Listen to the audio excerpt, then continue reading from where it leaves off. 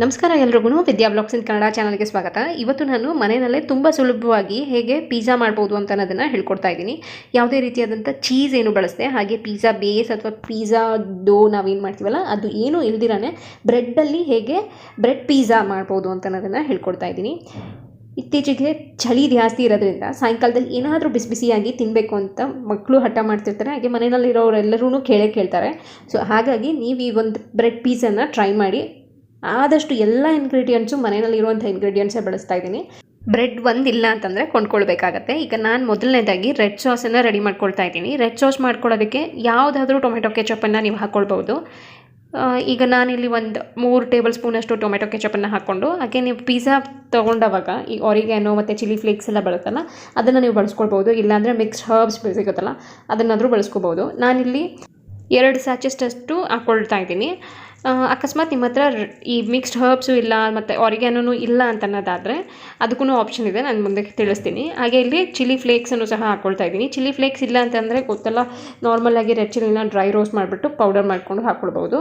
ಆರಿಗ್ಯಾನೋ ಇಲ್ಲ ಅಂತಂದರೆ ಈ ತುಳಸಿ ಎಲೆ ಸಿಗುತ್ತಲ್ವ, ತುಳಸಿ ಎಲೆ ನಾರ್ಮಲಾಗಿ ನಾವು ಪೂಜೆ ಮಾಡುವಂಥ ತುಳಸಿ ಎಲ್ಲ ಇದು ಕಾಮ ಕಸ್ತೂರಿ ಎಲೆ ಅಂತ ಹೇಳ್ತೀವಲ್ಲ ಅದನ್ನು ನೀವು ಬಳಸ್ಕೊಳ್ಬೋದು. ಇದು ಎಲೆನ ಬಿಡಿಸ್ಕೊಂಡು ಸಣ್ಣ ಸಣ್ಣದಾಗಿ ಕಟ್ ಮಾಡಿಬಿಟ್ಟು ಹಾಕ್ಕೊಂಡ್ರೆ ತುಂಬ ಒಳ್ಳೆ ಫ್ಲೇವರ್ ಬಿಡುತ್ತೆ. ಇದು ಇಟಾಲಿಯನ್ ಫುಡ್ಡಲ್ಲೆಲ್ಲ ಇದನ್ನು ಬಳಸ್ತಾರೆ, ಚೆನ್ನಾಗಿರುತ್ತೆ. ಈಗ ಈ ಮಿಶ್ರಣನ ಒಂದು ಸತಿ ಮಿಕ್ಸ್ ಮಾಡಿಕೊಂಡು ಸೈಡಲ್ಲಿ ಇಟ್ಕೊಂಡ್ರೆ ನಮ್ಮ ರೆಡ್ ಸಾಸ್ ರೆಡಿ ಆಗುತ್ತೆ.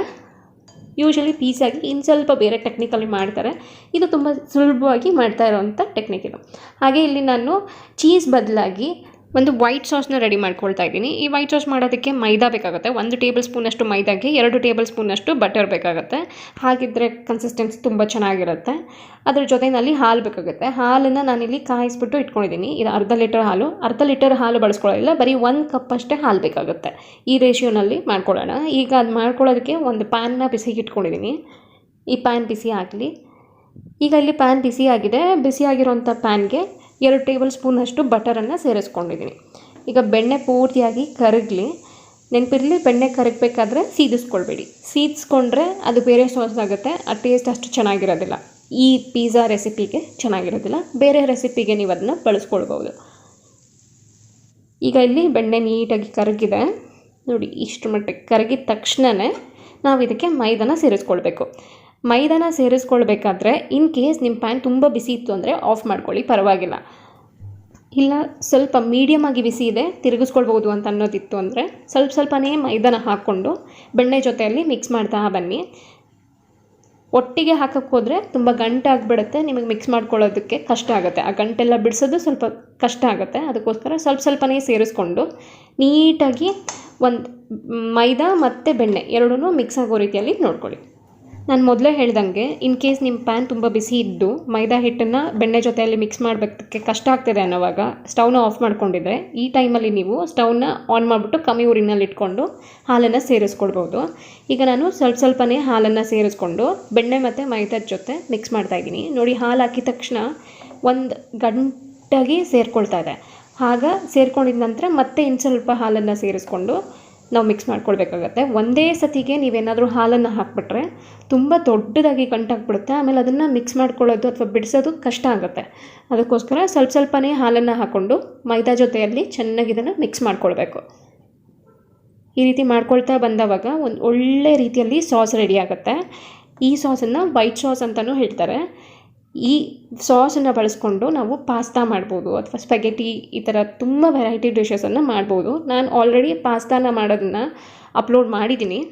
ತುಂಬ ಒಳ್ಳೆ ರೀತಿಯಲ್ಲಿ ಫ್ಲೇವರನ್ನು ಆ್ಯಡ್ ಮಾಡ್ಬೋದು. ಅದಕ್ಕೆ ಯಾವ ರೀತಿ ಮಾಡೋದು ಅಂತ ಅನ್ನೋದನ್ನು ನೀವು ಚೆಕ್ ಮಾಡ್ಬೋದು. ಲಿಂಕನ್ನು ಡಿಸ್ಕ್ರಿಪ್ಷನ್ ಬಾಕ್ಸಲ್ಲಿ ಹಾಕಿರ್ತೀನಿ.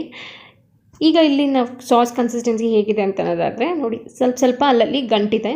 ಇದನ್ನು ತಿರುಗಿಸ್ತಾ ಬರ್ತಾಯಿದ್ರೆ ನೀಟಾಗಿ ಆ ಗಂಟೆಲ್ಲ ಬ್ರೇಕ್ ಆಗುತ್ತೆ, ಒಂದು ಒಳ್ಳೆ ಸಾಸ್ ಕನ್ಸಿಸ್ಟೆನ್ಸಿ ಬರುತ್ತೆ. ಅದು ಯಾವ ರೀತಿಯಲ್ಲಿ ಚೆಕ್ ಮಾಡೋದು ಅಂತ ಅನ್ನೋದನ್ನು ನಾನು ತಿಳಿಸ್ತೀನಿ. ಈಗ ನಾನಿಲ್ಲಿ ಪೂರ್ತಿಯಾಗಿ 1 ಕಪ್ಪಷ್ಟು ಹಾಲನ್ನ ನಾನು ಬಳಸ್ಕೊಂಡಿದ್ದೀನಿ. ಇದಿಷ್ಟು ಸೇರಿಸಿದಾದ್ಮೇಲೆ ಒಂದು ಒಳ್ಳೆ ಕನ್ಸಿಸ್ಟೆನ್ಸಿಗೆ ಬರುತ್ತೆ. ಕೊನೆಯಲ್ಲಿ ನಿಮಗೆ ಗಂಟು ಅಷ್ಟೊಂದೇನು ಬಿಡಿಸೋ ಅವಶ್ಯಕತೆ ಇರಲ್ಲ, ಯಾಕಂದರೆ ಸ್ಟಾರ್ಟಿಂಗಲ್ಲೇ ಪೂರ್ತಿಯಾಗಿ ಗಂಟೆಲ್ಲನೂ ನಾವು ಹೊಡೆದಿರ್ತೀವಲ್ಲ, ಸೊ ಅಷ್ಟೇನು ಕಷ್ಟ ಆಗೋದಿಲ್ಲ ಕೊನೆಯಲ್ಲಿ. ಇನ್ ಕೇಸ್ ನೀವೇನಾದರೂ ಗಂಟೆಲ್ಲ ಹಾಗೆ ಬಿಟ್ಬಿಟ್ರೆ ಅದು ತುಂಬ ಕಷ್ಟ ಆಗುತ್ತೆ, ತುಂಬ ಹೊತ್ತು ತಿರುಗಿಸ್ತಾ ಇರೋದು ಆ ಥರ ಬರಬೇಕಾಗುತ್ತೆ. ಸೊ ಈಗ ನೀವು ನೋಡ್ತಾ ಇರ್ಬೋದು ಬಾಟಮೆಲ್ಲ ಎಷ್ಟು ರೀತಿಯಲ್ಲಿ ಬಿಡ್ತಾ ಇದೆ ಅಂತ ಅಂದ್ಬಿಟ್ಟು. ಈಗ ಈ ಸಾಸ್ ಇನ್ನೊಂದು ಸ್ವಲ್ಪ ಗಟ್ಟಿ ಬಂದರೆ ಸರಿ ಹೋಗುತ್ತೆ. ಯಾವ ರೀತಿ ಚೆಕ್ ಮಾಡೋದು ಈ ಕನ್ಸಿಸ್ಟೆನ್ಸಿ ಕರೆಕ್ಟಾಗಿ ಇದೆಯಾ ಇಲ್ವಾ ಅಂತ ಅನ್ನೋದನ್ನು ನಾನು ತಿಳಿಸ್ತೀನಿ, ನೀವು ಅದನ್ನು ಫಾಲೋ ಮಾಡ್ಬೋದು. ಒಂದು ಕ್ಲೀನಾಗಿರೋವಂಥ ಸ್ಪೂನ್ನ ತೊಗೊಂಡು ಈ ರೀತಿ ಡಿಪ್ ಮಾಡಿಬಿಟ್ಟು ಎತ್ತಿದವಾಗ ನೋಡಿ ಎಷ್ಟು ಡ್ರಾಪ್ ಆಗುತ್ತೋ ಅದನ್ನು ಬಿಟ್ಟಿದ್ದಾದಮೇಲೆ ಇನ್ಯಾವುದೇ ಅಂಟ್ಕೊಂಡಿರುವಂಥ ಸಾಸ್ ಕೆಳಗಡೆ ಡ್ರಾಪ್ ಆಗೋದಿಲ್ಲ, ಅದಕ್ಕೆ ಸ್ಪೂನ್ಗೆ ಅಂಟ್ಕೊಂಡ್ಬಿಡುತ್ತೆ. ಈ ರೀತಿ ಇದ್ದರೆ ಸಾಸ್ ಕರೆಕ್ಟಾಗಿದೆ ಅಂತ ಅಂದ್ಬಿಟ್ಟು.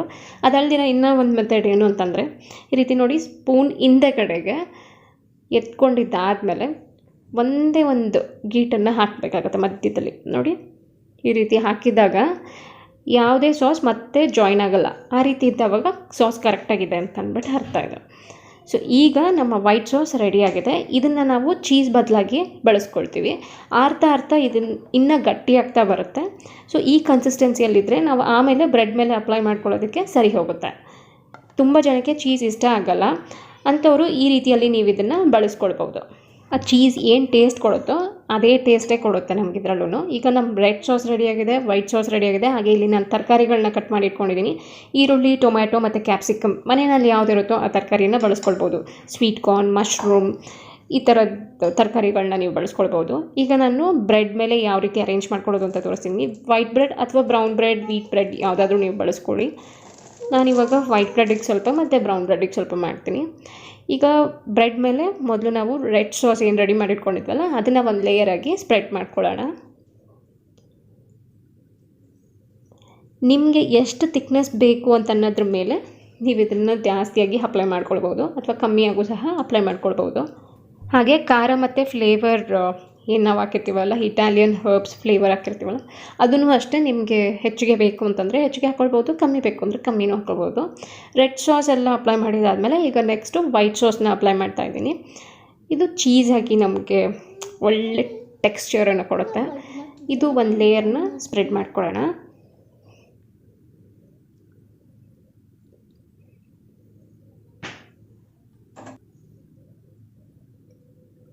ಮಕ್ಕಳಿಗಂತೂ ಇದು ತುಂಬಾ ಇಷ್ಟ ಆಗುತ್ತೆ. ಹಾಗೆ ಅಟ್ರ್ಯಾಕ್ಟ್ ಸಹ ಮಾಡುತ್ತೆ. ಕಲರ್ಫುಲ್ಲಾಗಿ ವೆಜಿಟೇಬಲ್ಸ್ ಎಲ್ಲ ಹಾಕಿರ್ತೀವಲ್ಲ, ಸೊ ನಿಜವಾಗ್ಲೂ ಇಷ್ಟ ಆಗುತ್ತೆ. ಅದು ನೀವು ನೋಡ್ಬೋದು ನನ್ನ ಮಗನಿಗೆ ಎಷ್ಟು ಕ್ಯೂರಿಯಾಸಿಟಿ ಆಗಿದೆ ಅಂತ ಅನ್ನೋದು ನೋಡ್ಬೋದು ನೀವು. ಏನದು? ಈಗ ನಾನು ಮೇಲೆ ಸ್ವಲ್ಪ ವೆಜಿಟೇಬಲ್ಸ್ನ ಹಾಕ್ಕೊಳ್ತಾ ಇದ್ದೀನಿ. ಆನಿಯನ್ ಹಾಕ್ಬೋದು. ನಿಂಗೆ ಇಷ್ಟ ಅಲ್ಲ? ಇಲ್ಲ. ಓಕೆ ಸರಿ. ಕ್ಯಾಪ್ಸಿಕಮ್, onions,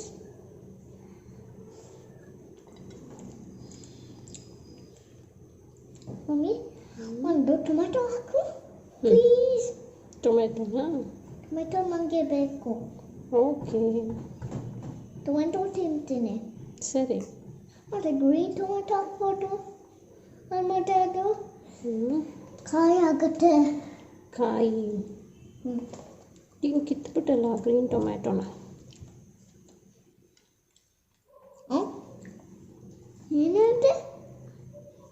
ಏನಲ್ಲ, ಗ್ರೀನ್ ಟೊಮೆಟೊ ಹೇಳ್ದ.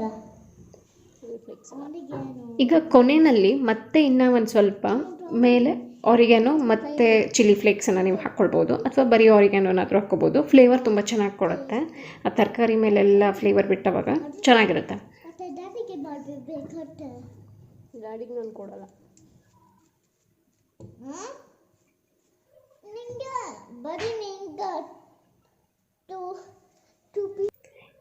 ಈಗ ನಾವು ತವಾನ ಸ್ವಲ್ಪ ಬಿಸಿ ಮಾಡಿಕೊಂಡು ಅದ್ರ ಮೇಲೆ ಸ್ವಲ್ಪ ಬೆಣ್ಣೆನ ಹಾಕ್ಕೊಳ್ಳೋಣ. ಇದೇ ಥರ ಗ್ರಿಲ್ ಪ್ಯಾನ್ನೇ ನೀವು ಯೂಸ್ ಮಾಡಬೇಕು ಅಂತೇನಿಲ್ಲ. ನಾರ್ಮಲ್ ಚಪಾತಿ ಮಾಡುವಂಥ ತವಾನಲ್ಲೂ ನೀವು ಮಾಡ್ಬೋದು.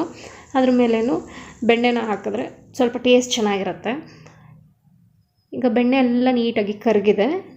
ಎಲ್ಲ ರೀತಿಯಲ್ಲೂ ಚೆನ್ನಾಗಿ ಇದು ಸ್ಪ್ರೆಡ್ ಆಗಲಿ ಅಂತ ಅಂದ್ಬಿಟ್ಟು ತವಾಗೆಲ್ಲ ಸ್ಪ್ರೆಡ್ ಮಾಡ್ತಾಯಿದ್ದೀನಿ. ಈಗ ಸ್ಪ್ರೆಡ್ ಆಗಿದ್ದಾದಮೇಲೆ ನಾವು ರೆಡಿ ಮಾಡಿಟ್ಕೊಂಡಿದ್ದಂಥ ಬ್ರೆಡ್ ಪೀಸನ್ನು ತವಾ ಮೇಲೆ ಇಡ್ತಾಯಿದ್ದೀನಿ. ಒಂದು 2 ನಿಮಿಷ ನೀಟಾಗಿ ಇದು ರೋಸ್ಟ್ ಹಾಕಬೇಕು. ರೋಸ್ಟ್ ಆಗಿದ್ದಾದ್ಮೇಲೆ ತೋರಿಸ್ತೀನಿ ಎಷ್ಟು ಚೆನ್ನಾಗಿ ಕಲರ್ ಬಂದಿದೆ ಅಂತ ಅಂದ್ಬಿಟ್ಟು. ನೋಡಿ ಇವಾಗ ಇದು ರೋಸ್ಟ್ ಆಗಿದೆ.